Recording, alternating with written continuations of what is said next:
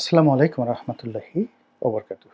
সম্মানিত দর্শক, সারা বাংলাদেশের শিক্ষা প্রতিষ্ঠানগুলোতে বিএনপির ছাত্র সংগঠন জাতীয়তাবাদী ছাত্র দল এবং জামায়াত ইসলামীর ছাত্র সংগঠন ইসলামী ছাত্র শিবির, এই দুটো সংগঠন তাদের মধ্যে দাকুমড়া অহিনুকুল সম্পর্কের যে মাত্রা, সেটি এখন রীতিমতো সংঘর্ষে রূপান্তরিত হয়েছে।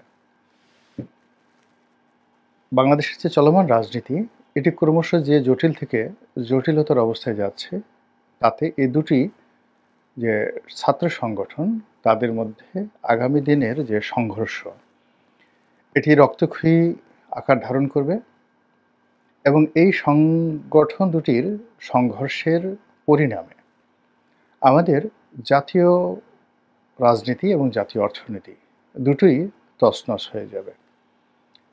আমি আমার ক্ষুদ্র যে অভিজ্ঞতা, সেই অভিজ্ঞতা এবং বিভিন্ন মানুষের সঙ্গে সম্পর্কের কারণে দুটো সংগঠনকেই খুব ঘনিষ্ঠভাবে কাছের থেকে দেখার সুযোগ হয়েছে।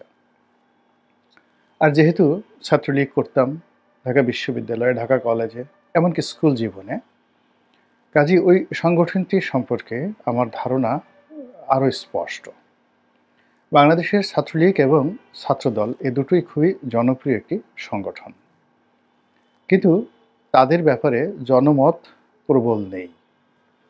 অর্থাৎ ছাত্র সংগঠনগুলোর মধ্যে কিংবা আমাদের সমাজে এই দুটো সংগঠনের মূল দল বিএনপি অথবা আওয়ামী লীগ, তারা যখন রাষ্ট্র ক্ষমতায় থাকে তখন এদের নিদারুণ এক ধরনের ক্ষমতা থাকে, দম্ভ থাকে।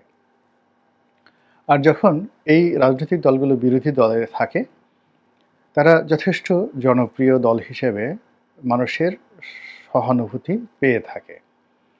কিন্তু 2001 সনের পর থেকে এটি কেন যেন একেবারে খুব খারাপ অবস্থাতে চলে গেছে। অর্থাৎ যখন 2001 সনে বিএনপি ক্ষমতায় এলো, তখন ঢাকা বিশ্ববিদ্যালয় ক্যাম্পাসে ছাত্রদল এতটা শক্তিশালী হয়ে পড়ল, তারা বিরুদ্ধ মতকে ক্যাম্পাসে আর স্থান দিল না। ফলে ছাত্রলীগকে হল ছাড়া হতে হয়েছে, ইউনিভার্সিটি ছাড়া হতে হয়েছে, কিন্তু পরীক্ষা দিতে পারত। আবার আওয়ামী লীগ যখন ক্ষমতায় এলো 2009 সনে, তারাও ওই একইভাবে ছাত্রদলকে ক্যাম্পাস ছাড়া করেছে এবং যে কাজটি করেছে সেটা হলো পরীক্ষা দিতে দিয়েছে। কিন্তু এখন যে অবস্থা তৈরি হয়ে গেছে ছাত্রলীগের বিরুদ্ধে, সকল রাজনৈতিক দলগুলো, বিশেষ করে বৈষম্য বিরোধী যারা নেতৃবৃন্দ রয়েছেন, যাদের পেছনে জামাত এবং শিবিরের সমর্থন রয়েছে, তারা এখন ছাত্রলীগকে ক্যাম্পাসে ঢুকতে দিতে চাচ্ছে না এবং কোনো পরীক্ষায় অংশগ্রহণ করতে দিচ্ছে না। এটাই বাস্তবতা। কথাগুলো বললাম এই কারণে যে কোনো মন্দ কাজ, সেটা সুদে এবং আসলে আগামী দিনে জনগণের উপর সেটা যাকে বলা হয় চাপানো হয় বা জনগণের উপর সেটি বোঝা হিসেবে আবর্তিত হয়। এটি বাস্তবতা। আমাদের দেশের স্বাধীনতার পর থেকেই ক্যাম্পাসগুলোতে ছাত্র শিবির কখনই জনপ্রিয় ছিল না। তবে তাদের জনমত ছিল তাদের পক্ষে। জনমত মানে তারা যে দলটি করে, সেই দলটি তারা ওন করে এবং এই দলের সঙ্গে যারা সম্পৃক্ত, তারা দলের জন্য জীবন দিতে পারে। তো এখন এই যে জনমত মানে আমজনতার জনমত নয়, তারা যাদের সঙ্গে সম্পৃক্ত তাদের সঙ্গে তাদের একটা অ্যাডাপশন কাজ করছে।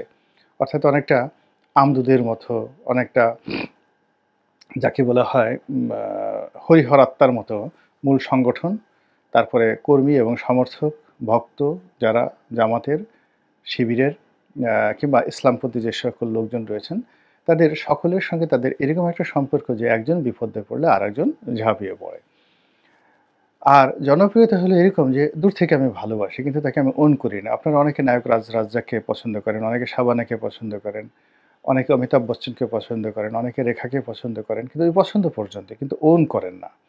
কিন্তু আপনার নিজের স্ত্রীকে বা সন্তানকে আপনি কিন্তু ওন করেন। সেই ওন করার যে প্রক্রিয়াটি, এটি হলো জনমত।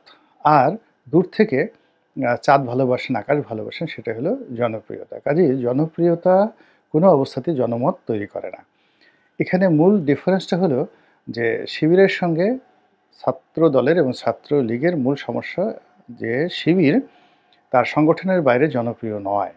কিন্তু ছাত্রদল, ছাত্রলীগ সব জায়গাতেই ওয়াইড রেঞ্জে জনপ্রিয়। কিন্তু তার নিজ দলের মধ্যে অর্থাৎ ছাত্রদলের মূল সংগঠন থেকে শুরু করে সিস্টার সংগঠন বা ছাত্রলীগের মূল সংগঠন, সিস্টার সংগঠন, এদের মধ্যে শিবিরের মতো এরকম তাদের জনমত নেই। আওয়ামী লীগ ছাত্রলীগের জন্য জীবন দিয়ে দিবে বা ছাত্র দলের জন্য জাতীয়তাবাদী দল বিএনপি জীবন দিয়ে দিবে, জামাতের মতো করে ওন করবে, বা ছাত্র দলের একটা ছেলে গ্রেপ্তার হলে শিবিরের ছেলেটি যেভাবে জেলখানাতে সুযোগ সুবিধা পায়, ওটা ছাত্র দলের লোক কল্পনা করতে পারে না। তো ফলে কি হলো, জনমতের দিক থেকে একেবারে প্রথম দিন থেকেই শিবির যে সুযোগ সুবিধা পেয়ে আসছে, ফলে তারা এই সংগঠনের জন্য ঝুঁকি নিতে পারে, এই সংগঠনের জন্য জীবন দিতে পারে, এই সংগঠনের জন্য মার খেতে পারে। এই কারণ হলো প্রায় তাদের সকল কর্মকাণ্ডই সামাজিকভাবে, পারিবারিকভাবে, রাজনৈতিকভাবে ইনশিওর করা থাকে। ক্ষতিগ্রস্ত হলে সেখানে তাদের দলের সবাই এগিয়ে আসে। ফলে শিবির তাদের এই যোগ্যতা নিয়ে ক্ষেত্র বিশেষে চট্টগ্রাম বিশ্ববিদ্যালয়ে বিভিন্ন সময় তারা হানাহানিতে গিয়েছে। রাজশাহী বিশ্ববিদ্যালয়ে তারা একক আধিপত্য বিস্তার করেছে। কিন্তু ঢাকা বিশ্ববিদ্যালয় কিংবা অন্যান্য বিশ্ববিদ্যালয়গুলোতে তারা কখনোই ছাত্রদল কিংবা ছাত্রলীগের সঙ্গে কনফ্রন্টেশনে কখনো আসেনি। তারা সবসময় মার খেয়েছে। মার খেতে গিয়ে কখনো ছাত্রদলের হাতে মার খেয়েছে, তারপরে ছাত্রলীগের হাতে মার খেয়েছে, অথবা দুই দল একত্র হয়ে শিবির পিটিয়েছে। এবং শিবির পিটানো ঢাকা বিশ্ববিদ্যালয়ে একটা, যাকে বলা হয়, স্টাইলে পরিণত হয়েছিল। তো এই জায়গাটি থেকে শিবির বের হওয়ার জন্য, শক্তিমত্তা অর্জন করার জন্য তাদের একটা লং টার্ম প্ল্যান ছিল। এবং সেই প্ল্যানটা আমি 2013 সনে বা 12 সনে আমি শুনেছিলাম এবং এটি যেন তেন লোকের মুখে নয়, মীর কাসিম সাহেবের মুখের থেকে। এবং মীর কাসিম সাহেব যখন জীবিত, তখন আবার এই কথা আমি নয়াদিগন্ত পত্রিকাতে লিখেছিলাম। কাজেই মৃত ব্যক্তিকে সাক্ষী রেখে অনেক সময় অনেক লোক অনেক কনফিউজ টাইপের কথাবার্তা বলেন। আমি সাধারণত এই জিনিসগুলোতে যাই না। তো আমি যে কথাগুলো বলছি এটাই নয়াদিগন্ততে ছাপা হয়েছে এবং মীর কাসিম সাহেব তখনও জীবিত ছিলেন। তো তিনি আমাকে একদিন বললেন যে আমাদের সকল বিশ্ববিদ্যালয়গুলোতে ব্যাপক প্রস্তুতি রয়েছে। পুলিশ যদি নিরপেক্ষ থাকে তাহলে অন্য জায়গার কথা বাদ, কেবলমাত্র ঢাকা বিশ্ববিদ্যালয়ে আমাদের যে শক্তি রয়েছে সেই শক্তি দিয়ে আমরা ছাত্রলীগ এবং ছাত্র শিবির এই দুটো সংগঠন, ছাত্রলীগ এবং ছাত্রদল এই দুটো সংগঠনকে আমরা 1 ঘন্টার মধ্যে ক্যাম্পাস ছাড়া করতে পারি। তো উনি এই কথা বলেছেন 2013 সনে বা 12 সনে।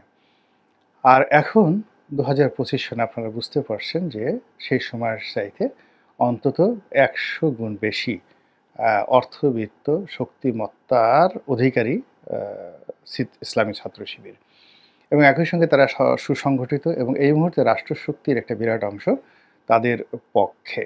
তো কাজেই যে মারামারিগুলো হচ্ছে বিভিন্ন জায়গাতে, এগুলোতে ঐতিহ্যবাহী যে দুটো দল, ছাত্রলীগ এবং ছাত্রদল, তারা পৃথক পৃথকভাবে শিবিরের হাতে মার খাওয়ার সম্ভাবনা খুব বেশি। এমনকি যদি ছাত্রলীগ এবং ছাত্রদল তারা একত্র হয়, সেক্ষেত্রে 2-4টি ব্যাটেল বা 2-4টি যুদ্ধতে তারা জয়লাভ করলেও করতে পারে, কিন্তু দীর্ঘমেয়াদে তারা টিকে থাকতে পারবে না। এর কারণ হলো ছাত্রলীগকে ব্যাক দেওয়ার মতো কোনো শক্তি এই মুহূর্তে বাংলাদেশে নেই এবং আগামী 2-4-5 বছরও হবে না।